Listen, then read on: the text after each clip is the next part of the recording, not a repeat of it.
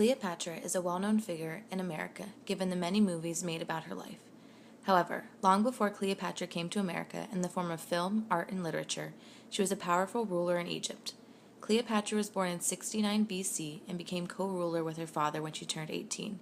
She then co-ruled with her brother, but wanted no part in sharing the power, and eventually took sole power of Egypt.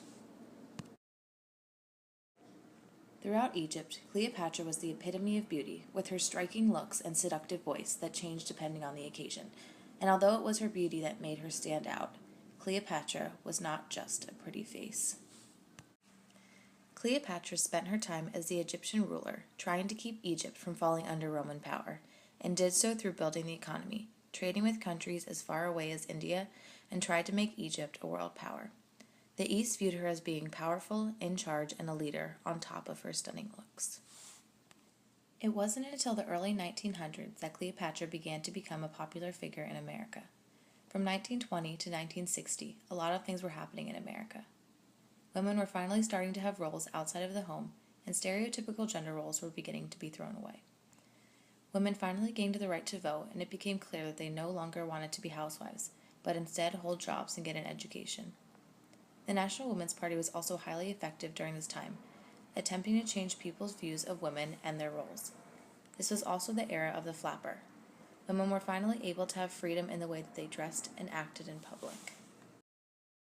Women were provided with the opportunity to get out of the home during World War II, when men were drafted and women were left to do the jobs.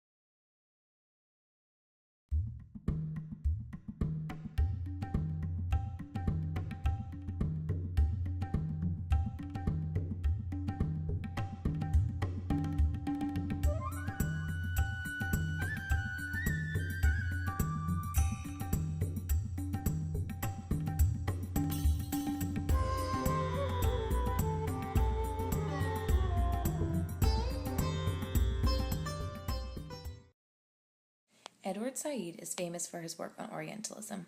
The term is used to describe imitations and depictions of the East, including the Middle East, Asia, and North Africa from the West. Said says that he believes the West feels that they are superior to the East, and is prejudiced against them, their people, and their culture. Cleopatra was depicted many times in America from 1920 to 1960. The most famous piece was the film Cleopatra, starring Claudette Colbert.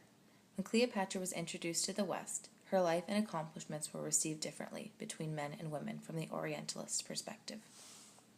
Men felt that Cleopatra was overly sexualized, and although they were attracted to her beauty, saw only her looks. They felt as if, although she was beautiful, her success as a ruler was to be ignored, and did not want to bring the same idea of a strong, powerful female leader to America. Women, on the other hand, were extremely inspired by her. While they found her beauty intriguing, they were more inspired by her work as the ruler of a nation.